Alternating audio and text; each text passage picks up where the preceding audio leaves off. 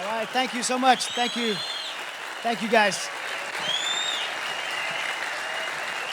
Thank you guys so much. Thanks, Pastor Allen, for putting this on and having us here. The church and community. I know so much, I'm looking around, so much has to go into this. So thank you for everyone as part of putting this on. And thank you, men. As Pastor Allen said, it doesn't matter what news station you watch. You just turn on the news right now, and you know our country and our world's in trouble, and the solution to those problems is right here. Men of God who stand up and do the right thing for our country, for your communities, for this world. And I am very proud and happy to see you guys here. There's so many places that you could be as a man on a Friday night. Sunday morning, we know a lot of your wives drag you here, but on a Friday night, you chose to be here. And it makes me really proud. And I always love men's events because I pull up in the parking lot and I see work trucks. We see, four-wheel drives, Harley Davidsons. But I do have to ask, who drove the Prius? Don't raise your hand. Did your wife let you borrow that thing? So, again, my name's Chad Robichaux. I'm the founder and president of Mighty Oaks Foundation. My background goes pretty far in my family for the military. We have 84 years of military service, World War II, Korea. My father was the first Marine. He served as an infantryman in Vietnam. And I did, as a Force Recon Marine, I did 8 deployments to Afghanistan. Both my sons were Marines. One went to Afghanistan as well. So very proud of our military history in our family. My job in the Marine Corps as a Force Recon Marine allowed me the opportunity to try out for what's called the JSOC Task Force. If you don't know what that is, it's a Joint Special Operations Command Task Force. If you're in Special Operations, that's where you want to be. It's like the highest level of a Tier 1 unit you could be in. And my job there was called an AFO, Advanced Force Operator. And most people don't know what that is, so I'll give you a little bit of an explanation.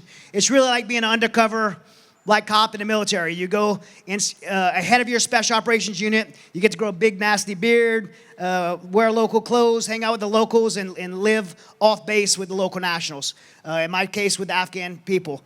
And a very unique experience. And you go ahead of your unit to put your assaulters on target to capture, kill the bad guys. So, as you watch special operations happen around the world, and they go to these crazy places and they get on target to capture, kill bad guys, someone goes there ahead of them to build all that operational infrastructure to put them on target. And that's what AFO does. And so that's what I had the privilege to do over all 8 of my deployments. And in those deployments, I had one interpreter that ended up being my interpreter, my culture advisor, my teammate, and ultimately became my friend. And that's Aziz. And I'll definitely tell you a lot more about Aziz as we wrap up today. But this particular day I want to start off with and tell you about was a day that myself and Aziz and a Navy SEAL teammate of ours were in this Toyota Prado, which is like a Toyota 4Runner, a civilian vehicle.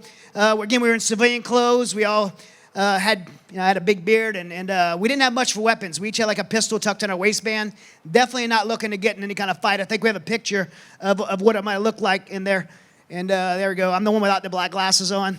That's me. But so that's what we were looking like. And we were driving on a road called Jalalabad Road, which is the main road that goes into the capital city of Kabul. And as we were driving on Jalalabad Road, I looked behind me and I saw a Toyota pickup truck that was loaded with guys that looked like the Taliban. I mean, very stereotypical, big beards, tribal clothing, the right headwear.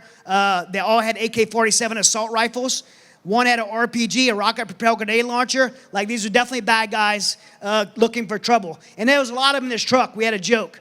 How many Taliban can you fit in a pickup truck?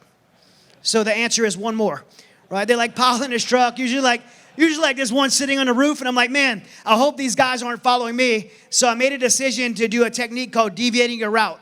So I'm on Jalalabad Road, I make a right and start to make the block, and they made 2 lefts and another right back on my original route, and they followed me, which indicated to me they were, in fact, following me. It also let them know that I knew they were following me, which started a pretty aggressive pursuit. They started trying to run me off the road, and so I made a decision to go in the city of Kabul to try to lose them in the busyness of traffic. And I don't live in Tennessee, but I imagine everybody complains about traffic everywhere you live, and I promise if the traffic's bad here, it has nothing on third world traffic. Kabul traffic is no stoplights, no street signs. It's just crazy as a picture. This picture doesn't do it justice. Kabul traffic is crazy. And so I'm trying to lose them in this traffic, and I made it to this major intersection called Masood Circle. And when I got to Masood Circle, my plan backfired on me. The traffic became so congested I didn't have anywhere to go, and I got stuck in an intersection.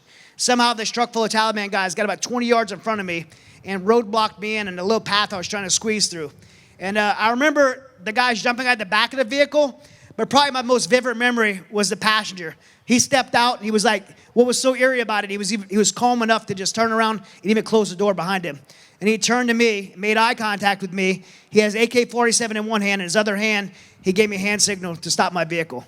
A very bad situation, obviously. I mean, we're outmanned, we're outgunned, and I remember like realizing, man, you know, we're stuck. We're in a bad situation. And that situation in my training experience is called being stuck on the X. The X is an ambush site. It's a kill zone. You learned a couple of rules in training about the X. Rule number one, you have to be able to recognize that you're on the X, right? You got to know you're in a bad situation. Rule number two, it's pretty simple. You have to get off the X. You got to get off the X and move, or something bad's going to happen to you. And there's a lot of military here. In the military, no matter what your job is, you train for every possible scenario. Every contingency, you have to have training for that. And every year, I go to a place called Bill Scott Raceway in West Virginia, and we do these reverse 180s and J-turns, and we crash cars on your taxpayer dollars, by the way. Thank you. And we crash a car, and then they bring another one out, we crash that one. It's a lot of fun. And one of the things you learn how to do is, as a roadblock situation, you execute a ramming technique to knock that vehicle out of the way. And I did exactly what I was trained to do. I hit the gas, I aimed my vehicle towards theirs, lining up my frame of my vehicle with the axle of theirs. And when I hit that truck, probably one of my favorite memories of Afghanistan, it spun out the way, and the little Taliban guys were flying through the air. And it left a perfect pathway for me to get off that intersection. But there was like one more obstacle. There was like this 100-year-old policeman. He has perfect uniform on. And if anybody's ever been to a third world country on like a missions trip, you know that these traffic cops, like their whole life is that intersection. Every day they wake up and they're like proud of that intersection.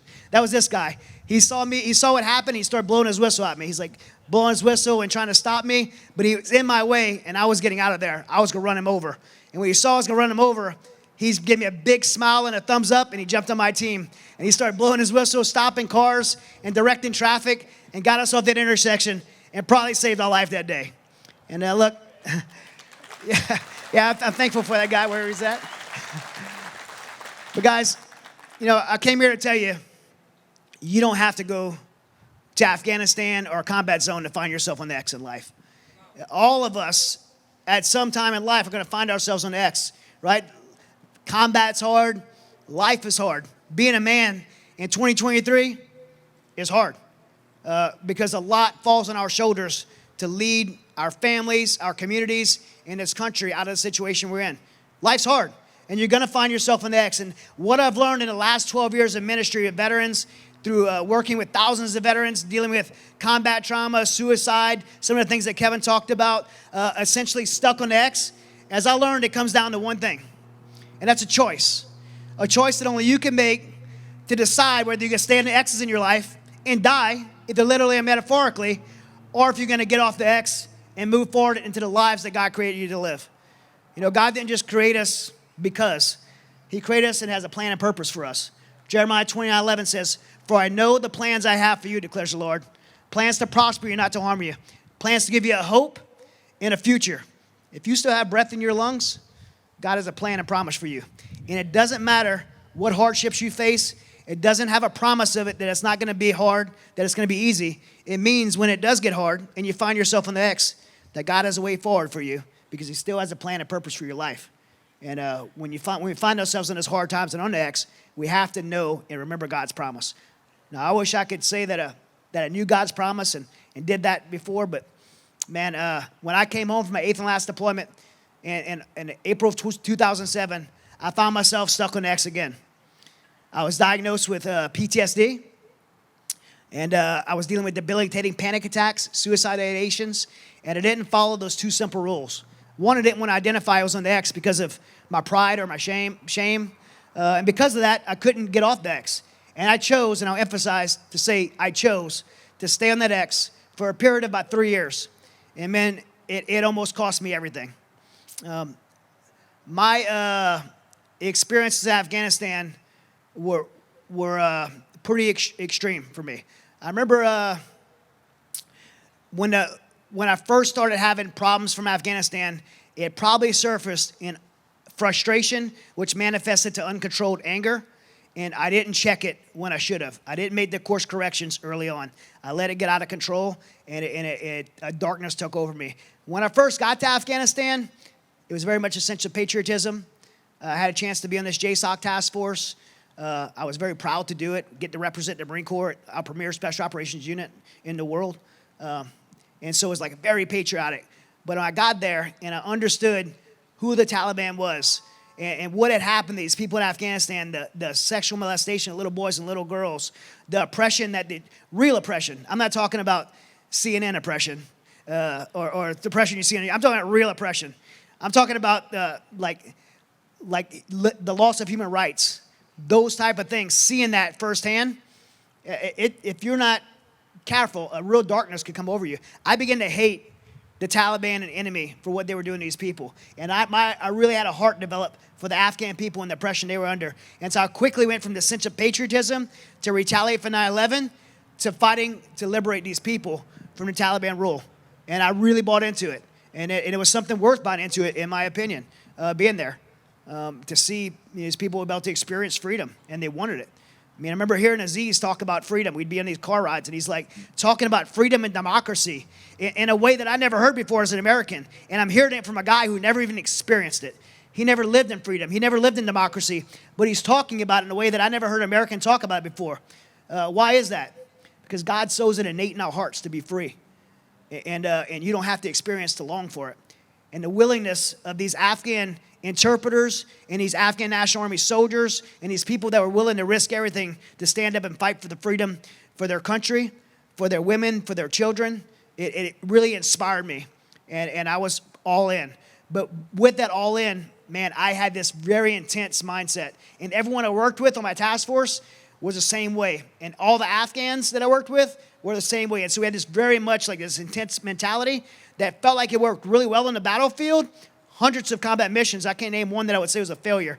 But when I come home and be from Afghanistan, and 24 hours later, I'm home with my wife and kids, and now I have to be a husband, a father, and Mr. Rogers, a friendly neighbor, I couldn't flip that switch. I was still this angry, intense guy. I was still this violent person. I felt like I had to be violent. And it's always a shame for me to say, but it's very important for me to say, especially amongst a group of men like this. My home and my family was probably not a very safe environment for them. I would be in Afghanistan. It could take being in gunfights or have something bad happen, and I had like such composure. I was calm, steady. I'd get home and my wife or my kids say the wrong thing, and I'd lose my mind. I'd throw a temper tantrum like a 15-year-old child. I'd punch holes in the wall, break things, slam doors, yell at my wife like a Marine Corps drill instructor. Like, honestly, I was out of control. There was one time I was going to be home for my little girl's birthday, and I don't know if anybody has daughters in here. I'm sure there's a lot of you guys have daughters. I didn't even know there was such thing as a half birthday till I had a daughter, and it's like super important to them. And so I was at home for my little girl's birthday. She was so happy that Dad was home from Afghanistan, and she's very opinionated. She still is. She's 23 now. She didn't like the icing on her cake, like something so simple. And I remember I like flipped out and picked up my little girl's birthday cake off the table and threw it against the wall and destroyed my little girl's birthday. And I remember in the middle of that moment realizing, like, man, what kind of dad behaves that way? I was so out of control, and I behaved that way all the time, to be honest with you. And I knew it, but instead of admitting I was wrong and saying I was sorry, I doubled down because I'm like, this is justified. I'm out of control, but it's justified because everyone else is an idiot. And so I would just dig my heels in. And then I started staying as busy as I could because I didn't want to be around them because I knew I couldn't handle myself around them. And because I didn't change my attitude and my behavior and didn't check that early on, that frustration and anger started to manifest in some physiological symptoms that I never thought in a million years would happen to me. My arms would go numb. My face would go numb. Sometimes I felt like my throat was swelling shut. Maybe I feel like I have like a 1,000-pound weight on my chest and having a heart attack. Those are signs of panic attacks. And I didn't want to admit that I was having panic attacks. I certainly didn't want to tell anyone in this little special operations community I was in. I'm like, if I talk about it to these guys are going to think I'm weak, and they could push me out of that community. Because I would have thought the same thing of them. And if I went to mental health, well, maybe I'll get diagnosed with something, and I'll lose my top secret clearance and won't be able to do my job anymore. So I figured I can handle this. I can push it down and it'll pass. And unfortunately, it only got worse. We had some moments where I was in Afghanistan, some very intense moments, and I had what's called disassociation, where you feel like your mind separates from your body, almost like you have a bird's eye view of the situation, like a video game. And I have other moments where I felt like I woke up above a fog and everything felt like a dream. Obviously, a very bad mental and physical state for me to be in when I'm dealing with life or death scenarios. And that still wasn't enough for me to get help or speak up. And then something very serious happened in our operation. We had a team member who I just realized this a few months ago. I could say his name, so I definitely want to call him out now because he's a punk. He was one of our teammates. His name was Bashir. He was an Afghan who had a tremendous amount of experience with the Northern Alliance as a fighter, and our CIA trained him to be in our team. And he turned over to the Taliban on us. I don't know why he did. I had been alone with him many times in operations. He was a great fighter, and he was really in a fight for freedom. But for some reason or another, he turned over to the Taliban and turned us in, compromised our operation. 12 of our team members were captured, 2 Americans and 10 Afghans. And they were held for about a week, tortured, and killed. Now, maybe some of you might not think it's as big a deal for 10 of the Afghans to be killed. But to me, these are my brothers. I lived in their homes. I ate dinner with their families. I played soccer with their kids. These were my friends. I loved them, and they loved me. And I would have died for them, and they would have died for me. And I do believe they did die for me. In fact, Bashir's on the far left, you guys far left. I'm in the center. Aziz is over on the far right. And again, we just found out we could share this story about the Pentagon. When Bashir turned us in and those guys were killed, Aziz was targeted. And he had to make a decision to continue to fight for America or hang it up. And he had to make a decision not only continue, but to separate from his family, his mother, his father, his brothers, his sisters, and probably never see them again, just to continue to fight for freedom and support America. And I remember when he did that, made the decision, one, I was extremely proud of him, but I was blown away that he would make the decision. That's how invested he was. And it inspired me and everybody on our task force, to be honest with you. And we continued the mission even with that compromise. We had what's called a VBID, a vehicle-borne improvised explosive device, a vehicle bomb. They drove into my house about a week after that to kill me and my friends. It blew up, leveled our house. None of us were there. Luckily, it killed one of our guards. And then I was abducted by a foreign intelligence agency, which I can't say which one, but is a neighboring country, and you could probably figure it out. And obviously a very bad situation. And I did one more operation after that, and I remember that 2 weeks I was out, everything after it was over felt like a dream. And I realized I wouldn't only put myself in danger, but I was putting other people in danger as well. And so I had to speak up and say something. And I did, and I was brought home from Afghanistan, and I was put before a clinical psychologist and diagnosed with severe chronic PTSD, post-traumatic stress disorder. I never thought in a million years that would happen to me.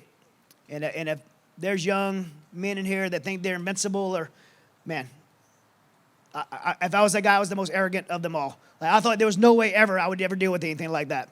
But it happened. And when I say I was having panic attacks, sometimes maybe people say, like, I was in traffic the other day and I had a panic attack. I'm not minimizing that. That's just not what I'm talking about. Like, when I was having panic attacks, I could have been in an emergency room with the best surgical team in the world, and there was no way to convince me that I wasn't dying in that moment. That was the level of panic. Imagine drowning in a pool. Imagine being chained in the bottom of a pool, drowning to death. The level of panic you would have while you're drowning to death. That state of panic, but you never drown, you never die. You're that way 24/7. That's the level of panic that you're in. And the medicine they gave me made me feel like I was being poisoned and killing me. There was another medicine they gave me, made me feel like a zombie, so I didn't want the medicine. On top of that, being in that such desperate state, on top of that, I was just embarrassed. That's the best way I know to explain it. Like, I worked my whole life to get there. I worked my whole life to be, I went to Marine Corps infantryman, to recon, to force recon, to JSOC. I was given this premier mission. Like, I worked my whole life to be there. Imagine, it would be like if I played football and started in Little League and made it to high school and then Division I in college and then in the NFL and then in the Super Bowl, which would never happen because I'm 5'3", right? But you get the point. Like, I worked my whole life to get there, and I lost the game-winning play. I was embarrassed. And I was trying to find something that could snap me out of it. And my wife and my counselor were like, get on those wrestling mats and do this grappling-based martial art called Brazilian Jiu-Jitsu, which it wasn't new to me. I'd say I did it since I was since I was little, but I'm still little. I did it since I was 5 years old. I started judo and jiu-jitsu and wrestled when I was a kid. And I was already a professional MMA fighter on the side. And so I got on those mats, and it felt like I found a cure. You know, you can't think about Afghanistan while you're grappling on these mats or your buddy's going to beat you up. You have to be mentally present and focused. And so it was really healthy for me. But, you know, you could have a medicine for being sick, and you could abuse that medicine. And that's what I did with this. I took this thing that was good for me, and some people comment about alcohol, some people take pills, and I got on these mats and just stayed there 24/7, and I never got well. And look, I love jiu-jitsu. I still do it to this day. I'm a 4th-degree black belt in a cross and Gracie, and ministry is tough. Pastor Allen, I tell you, it's like one of the most stressful jobs you could have. And when I have a bad day at the office, I go to the gym, and I find like some 20-year-old stud, and I choke him out, and it makes me feel better.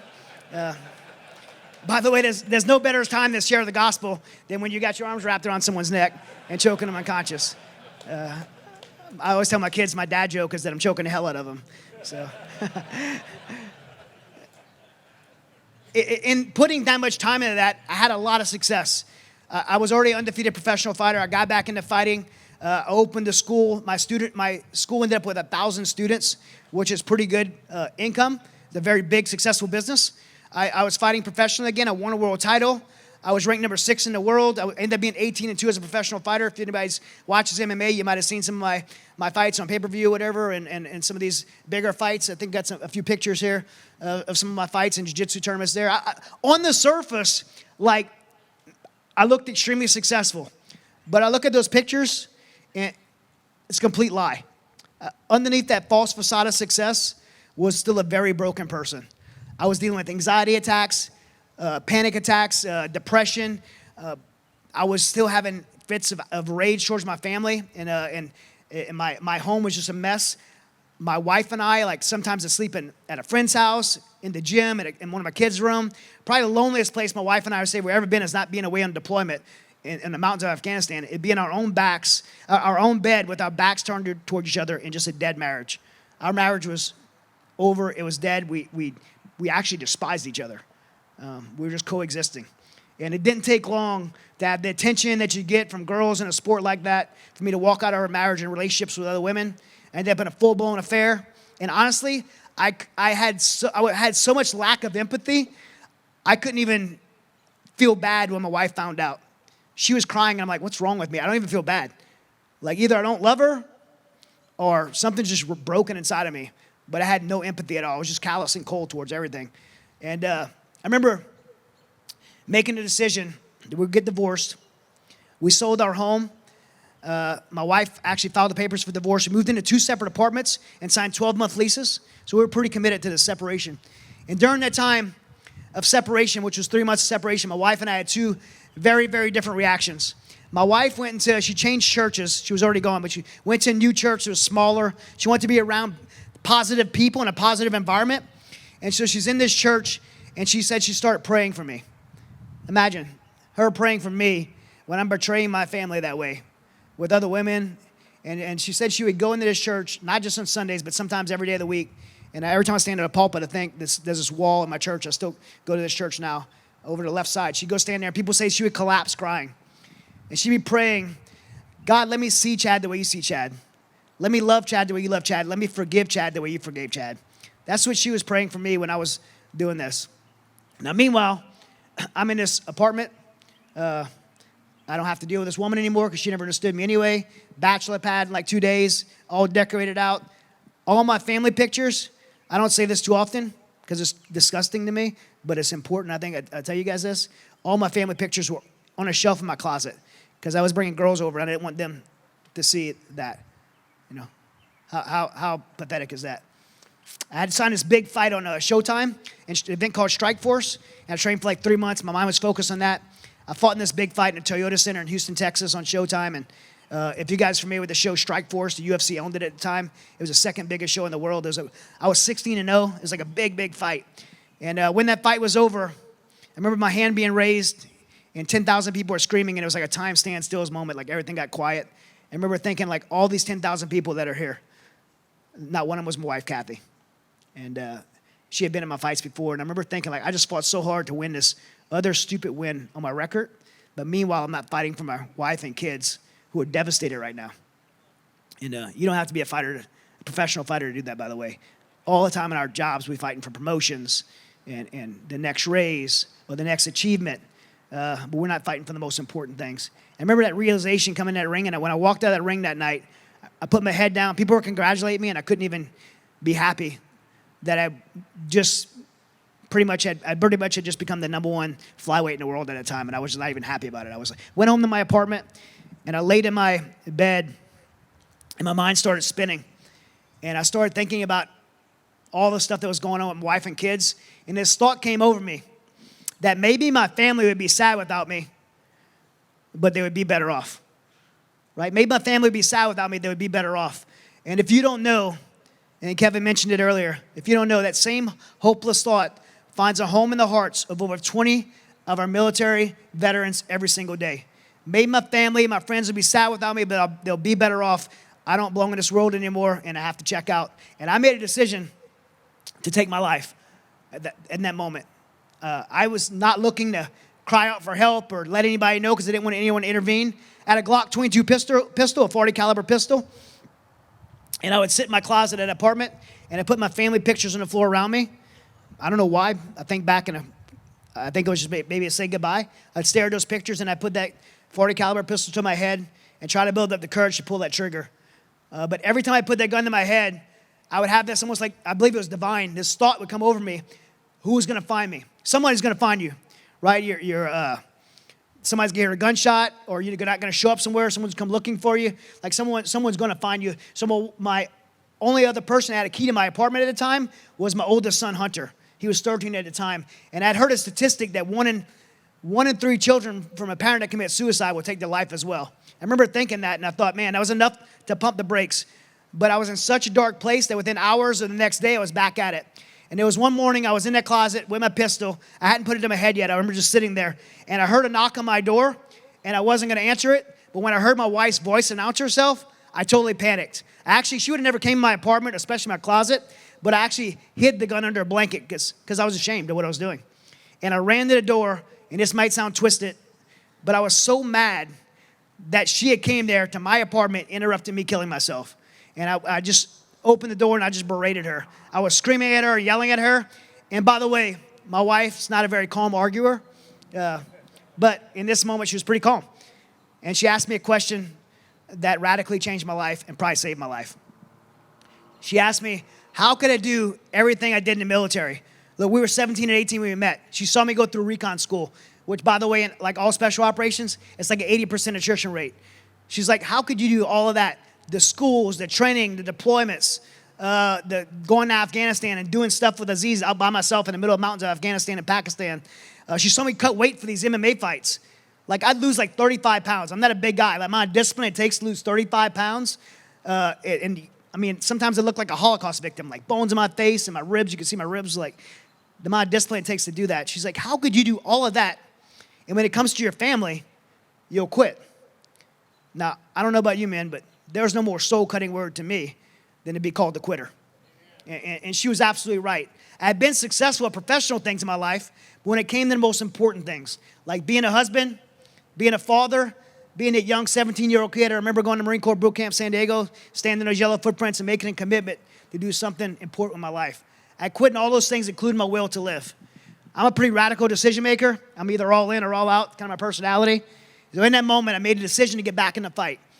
But I didn't know the steps to do it. But one thing I did know was that I couldn't do it alone, and I couldn't do it with the people I'd surrounded myself by.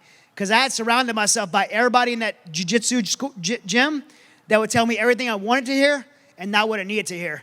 And I needed to hear some hard things. And I can tell you, there is no more dangerous place to be in this world, especially for men, more dangerous than any place in Afghanistan or Iraq or Ukraine, than for men to be without accountability in their life. And I systematically pushed accountability out of my life, and I didn't have any. And I made a decision to get help. And so I asked my wife, is there someone at this church you're going to that could help hold me accountable to this decision to get well? And in stepped into my life a man named Steve Toth, who just was the elder on call at the church. He wasn't an MMA fighter. He wasn't in the military. He was a small business owner in our community. And I met him at a Starbucks coffee shop. And I remember sitting down with Steve, and I had written a 5-paragraph order for those in the military, like an operational order. It was like how I was going to fix my life, and it was really good, guys. I was like super proud of it. And I'm like, man, I'm going to show it to this guy. This guy's going to show it to my wife, and the whole thing's going to be behind us, right? That's how we think, right? We're going to get this behind us as fast as possible. And I put that plan over to Steve. He didn't even look at it. He slid it back over to me and told me I was going to fail. And I remember my response was like, who is this jerk? Like, he's not even, look at my plan. And I'll never forget what Steve did. He tapped on that paper, and he said this: if this plan doesn't have anything to do with your relationship with God, I'm not going to waste your time, and I'm not going to let you waste mine. Guys, it is exactly what I needed to hear. I had tried everything under the sun. I had been through the VA. I had been on medications. I had been on to different kind of counseling programs and like Fix Your Life, like programs, these motivational things. I'd been through everything. I had professional success. I had financial success. I had all the accolades from being an athlete. All these things. Some of those things are good and some of those things are bad, but none of those things changed my situation. We have a saying at Mighty Oaks Foundation that came out of this moment. If what you're doing isn't working, then why not try something different, right? If what you're doing isn't working, why not try something different? The definition of insanity is doing the same thing over and over and over again and expecting a different result. That's what my life had been for 3 years. I'm trying the same stuff, nothing's changing, and I'm banging my head against the wall. I had to try something different. And so I trusted this man, Steve, and I surrendered my life to Jesus. And beyond that decision, Steve mentored me for an entire year in biblical living. And what that meant for me was that I came to this realization that all these bad things that happened to me, I didn't even go into, for time's sake, I didn't go into my childhood. But when I was 14, I had a 15-year-old brother who was murdered. Devastating. My first deployment, Foster Harrington, I got his bracelet on right now. We did 3 units together, 10 years together. He served in a wedding. He was there when all 3 of my kids were born. He's family to me. He was killed on my first deployment. I remember the blow I took when that happened. 15 friends over 8 deployments. And I don't mean people I knew. I mean 15 brothers over 8 deployments. Some bad things happened to me. I shared just some of them with you. But as bad as those things were, those things did not lead me to be in that closet with a pistol in my hand. What led me there were the choices that I made in response to those things.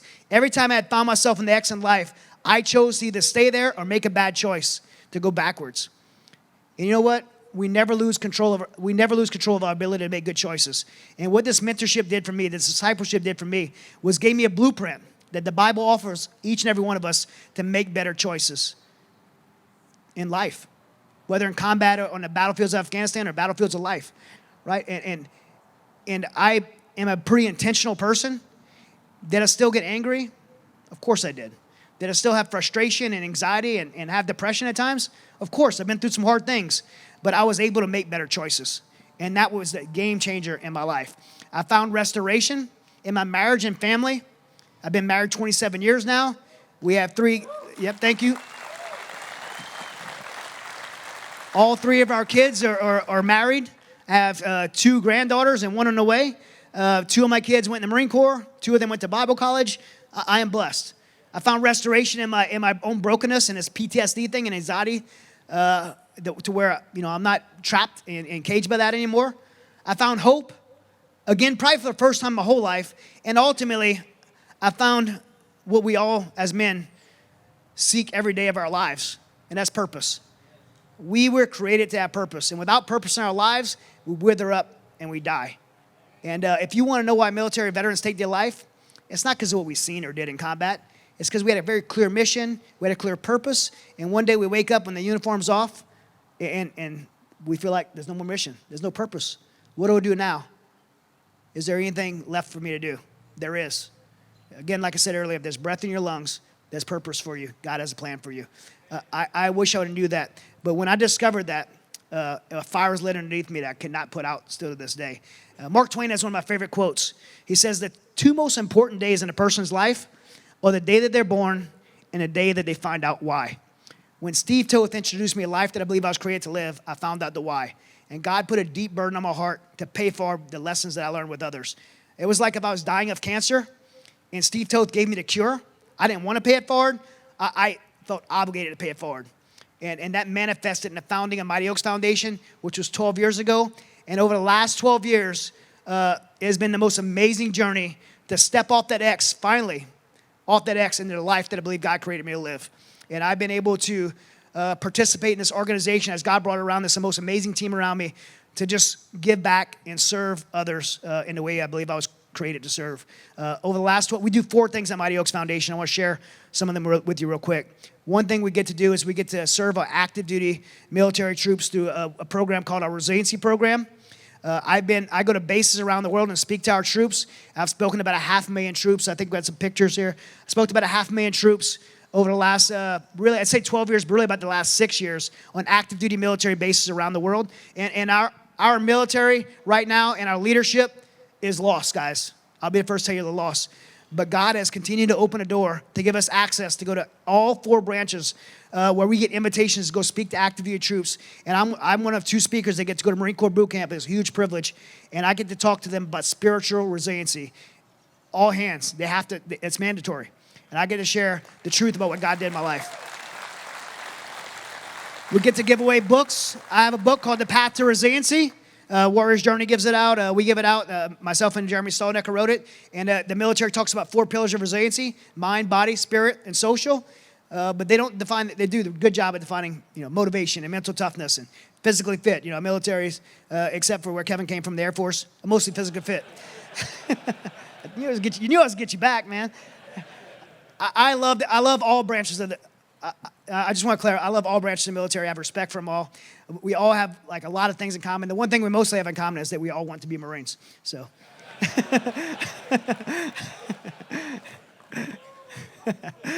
No, so mind, body, right? But social, like being surrounded by the right people. But the most important is a spiritual pillar, having a spiritual foundation. In the chaplaincy, he's not even allowed to define what it is. And God's given us the opportunity and opened doors for us to be able to go in and do that. And it's a huge privilege. And it's one of our biggest things that I love doing at Mighty Oaks. The other thing we do is a recovery program where we have 5 ranches around the country: California, Virginia, Ohio. We have 2 in Texas. And we've had about 5,000 graduates over the last 12 years, but we're doing about 1,000 per year now. And all 4 branches send them to us on active duty military orders, where they come to our camp for 1 week and get a very intensive faith-based, non-clinical, peer-to-peer mentoring program that's followed on by aftercare. And we have the active duty military comes, the veterans from the veteran communities, first responders, and spouses, and we pay for everything, including travel, through the support of a grateful nation. We do about $8 million a year in programming for this, and it's been absolutely incredible. And we're just moving our headquarters to Texas, and we're building a new ranch in Texas right now, and it's been an absolute blessing to do that program, and we're going to keep doing it. The third thing we do is we do policy, where we go to Washington, D.C., and Kevin and I have been in Washington, D.C. together, testified before Congress, worked on bipartisan Senate bills. We were part of a White House's faith-based coalition for veteran affairs. In 2018, we had President Trump to sign an executive order to change to faith-based programming for the VA and DOD, because in 2009, President Obama, believe it or not, he actually signed an executive order to remove that from our military. And so we fought, and we successfully got President Trump to sign an executive order to get that back.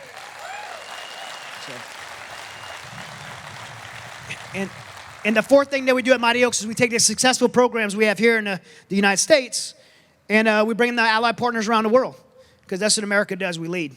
And we have some people around the world that needs help. And so we take that message. And this last year, I've been to Ukraine 10 times. We have teams right now. Currently, as I stand here, we have a team in Peru. We have a team in Ukraine, and we're helping. And you may not agree with support for Ukraine. I get a lot of pushback. People are like, "Oh man, Zelensky's corrupt," and yeah, he is. I think Zelensky's absolutely corrupt. And we have a lot of people in Washington D.C. that's corrupt. And if you're going to let your view of politics not allow you to have compassion and heart to help people, then you should change your politics. I don't care about Zelensky in Ukraine. I care about those people, and I'm going to go there and help them. And our veteran community has really stepped up to do that. And we've done a lot of rescue operations. I was part of the team that rescued the Fox News reporter Benjamin Hall. We've covered a lot of bodies. Pierre, the cameraman for him, we recovered his body, and we covered some bodies of U.S. service members that are there fighting. And then we provide medical training, and then use that as rapport building to share the gospel. And we've been sharing the gospel with the Ukrainian, and they're so receptive of it. We're helping train their chaplaincy as well. And I know Warriors Journey is doing a lot. We're actually doing some of it together. And then Mighty Oaks for me, those 4 things at Mighty Oaks was like, man, if I could do that the rest of my life, I'm doing exactly what God created me to do. I don't need to do anything else. But Mother Teresa, she has a quote. She said, God will never give you more than you can handle. I just wish you didn't trust me so much. And that's been my last 2 years of my life. So when President Biden made the announcement to do the absolute and full withdrawal of the United States military from Afghanistan, I was not a happy guy. One, my 8 deployments in Afghanistan, and my son's deployment in Afghanistan, and my friends in Afghanistan, and knowing the Afghan people, I knew it was a bad decision. Secondly, we were lied to. When I say we, the American people were lied to by the White House and by the mainstream media. We were told that we were in a 20-year war, this endless war, and we have to get out of Afghanistan. That is not true. We had 2,500 troops in Afghanistan who were in a support and advisory role to the Afghan National Army and the Afghan National Police. The entire international community were participating together to keep the Taliban in the mountains of Afghanistan. And you know what? It was working. 2,500 troops might sound like a lot. I can name 12 places right now that we have 2,500 troops in the world. Right? We have 2,500 troops all over. In fact, we still have 80,000 troops in Japan since World War II. We have 40,000 troops in Germany since World War II. We have 35,000 troops in South Korea since the Korean War. Why was all this emphasis pushed to say we have to get out of Afghanistan right now because of 2,500 troops? We were lied to.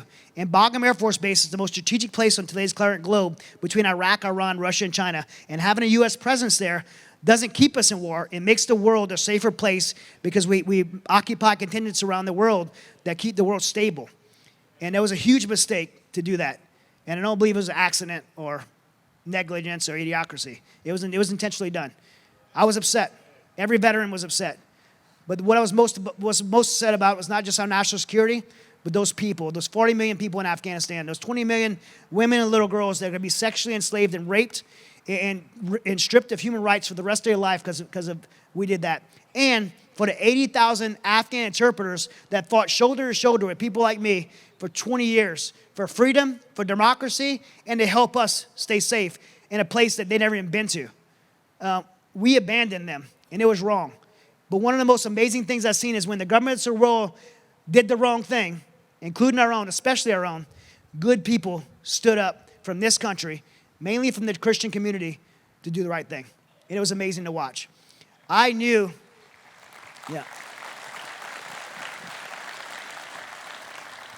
there was one thing that I could do, and that was to go get Aziz.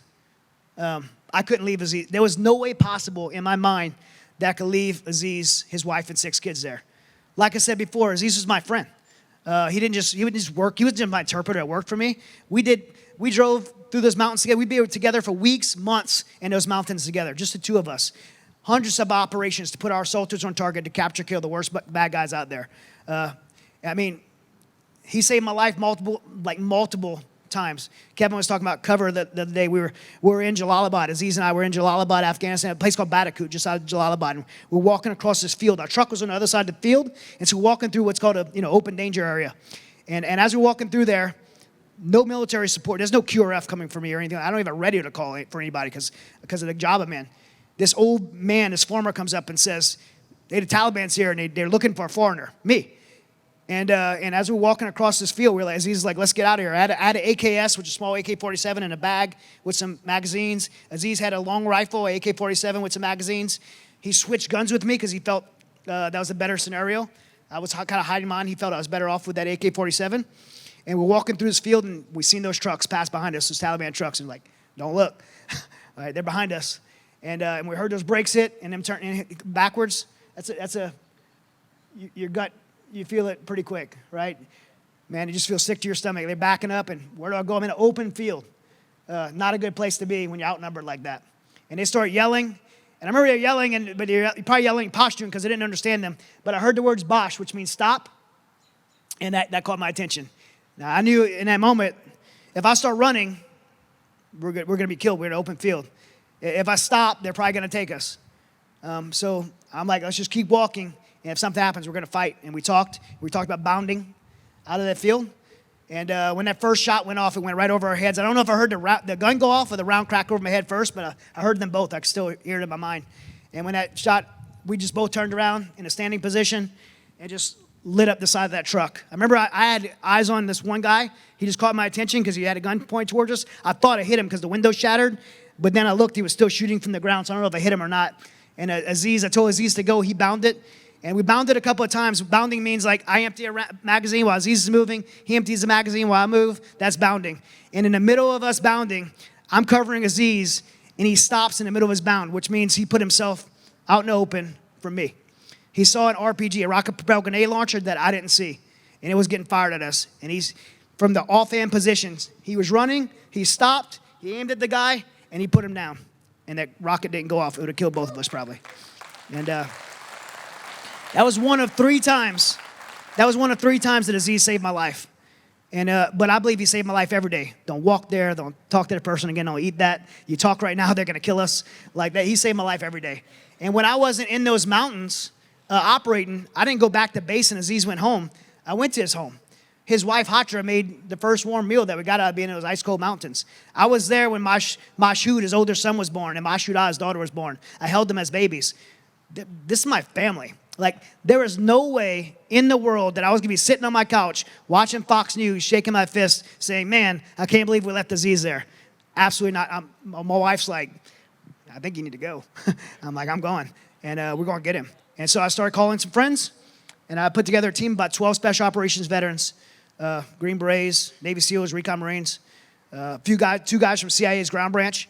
And so we're going to get Aziz, his wife, and 6 kids. And as we were putting a plan together, one of our team members said, I remember he picked up his phone, he put it down, he said, these 3,500 kids that just got left behind. And we said, man, we have to help.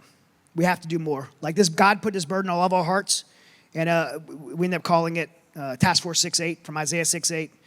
Pastor Allen said it earlier, here am I, send me. We felt God put a burden on our hearts to go, and we've got a lot of credit for this, but the truth is the only thing we did was say yes. Beyond that, God performed a miracle and allowed us not only to save Aziz, his wife, and 6 kids, yeah.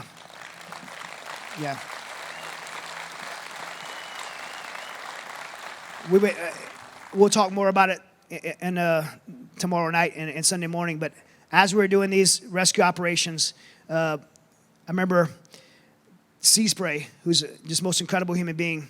He would not stop moving. In 10 days there, he lost 37 pounds. Like we were having to force drinking water because he wouldn't stop moving. He stopped for 5 minutes, even to sleep.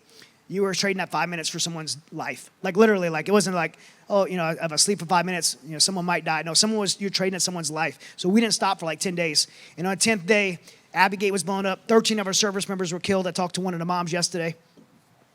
It didn't have to happen, guys. Our service members did not have to die. That NEO operation was handled completely and intentionally the wrong way. When our service members were killed, the military was forced to weld the gate shut and leave Afghanistan. And let me tell you, when our troops did not want to leave, they were so mad. They wanted to stay there and do the right thing. And one of the reasons we all wanted to stay, and I didn't have to go, so we chose to stay. But one of the reasons we chose to stay was so many of our allies were still there, but mostly there were so many Americans there. And the White House and the news said this. They said there was 100 Americans there. Without debate, trust me, I was there. There were thousands of Americans still there. I said it. People were telling me I was saying that we were lying for saying that we were sensationalizing. Now we know in the hearings there were thousands of Americans still there. And by the way, I could have been wrong and the White House could have been right. The truth is it didn't matter if it was 100 or 1,000. You don't leave an American behind ever anywhere like that. Like where I come from, in the special operations community, like we were literally scorched to earth to go get an American. Even when that traitor, idiot, Bo Berdahl, we were like, hey, we could lose people. Let's go get him. He's an American. He's one of ours. That's what we do. And so we chose to stay. We stayed for a period of another 2 months, leading a coalition effort, and ended up getting another 5,000 people out. We got a total of 17,000 people out over that 2 months. So, and I'll end with this last part of the story, and then you'll be able to come back tomorrow or Sunday and hear the rest. But in that time frame, there was all these women and children that moved to a place called the Panjshir Valley.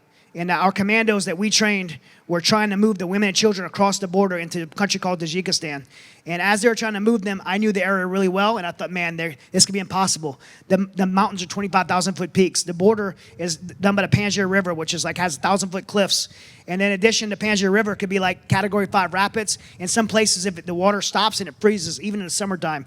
So it's like for women and children to cross that, it's crazy. In addition to that, you had the Tajikistan border guard there. The Taliban obviously was protecting that area. You had the Russian military, which the news wouldn't talk about, but vehicle convoys, up to 50 vehicles of Russian mechanized convoys there, protecting Tajikistan and Afghanistan border. In addition, the Chinese military was there. And I don't mean just Chinese military. Chinese special operations and sniper teams were all over, preventing people from leaving Afghanistan. The news didn't report any of that. And I knew we could not let those women and children try to cross alone.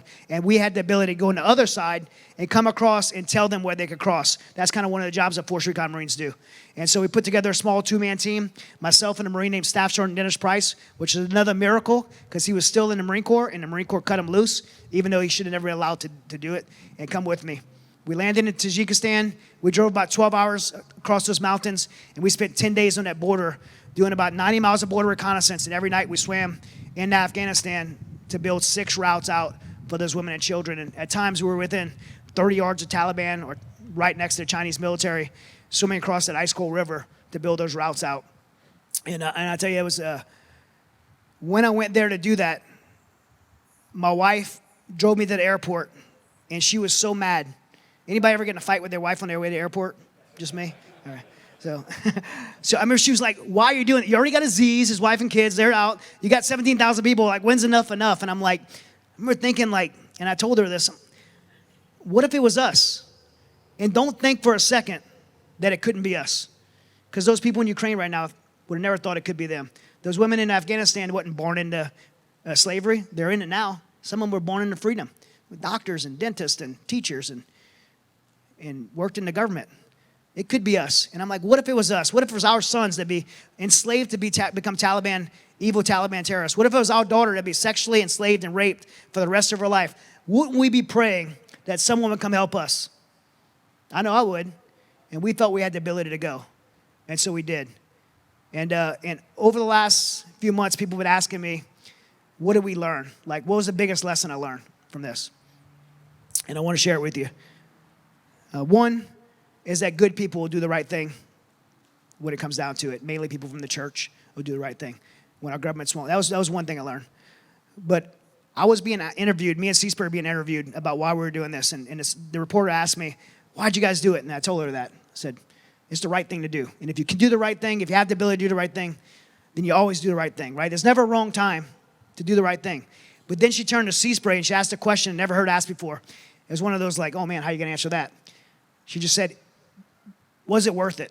And he said without hesitation, it doesn't have to be. Man, it doesn't have to be worth it to do the right thing. We always, as Americans, seem to want to put an ROI on something, return on investment. I'll give my time, I'll give my energy, I'll give my resources. But what's the return on investment for me? What's the risk analysis? Is it dangerous? The most difficult things in the world, right? On the other side of that are the greatest things. Man, it doesn't have to be worth it to do the right thing. Sometimes we just have to do the right thing. And if you, men who come to a place like this on a Friday night and seeking to be the men that God created you to be, if you can't do the right thing, even in difficult times, because maybe it doesn't meet some ROI or measure of is it worth it or some risk assessment, we're in a dangerous place. You have to be men that'll stand up and say, yeah, man, I might not get something out of it personally, but it's the right thing to do, and I'm going to do it anyway. The world needs some men like that right now.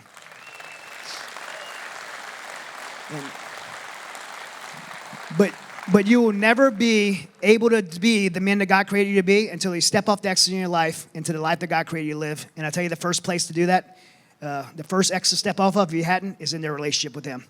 You can't be who you're created to be unless you have a relationship with the Creator and step into a life in a relationship with Him. There's no more important than that.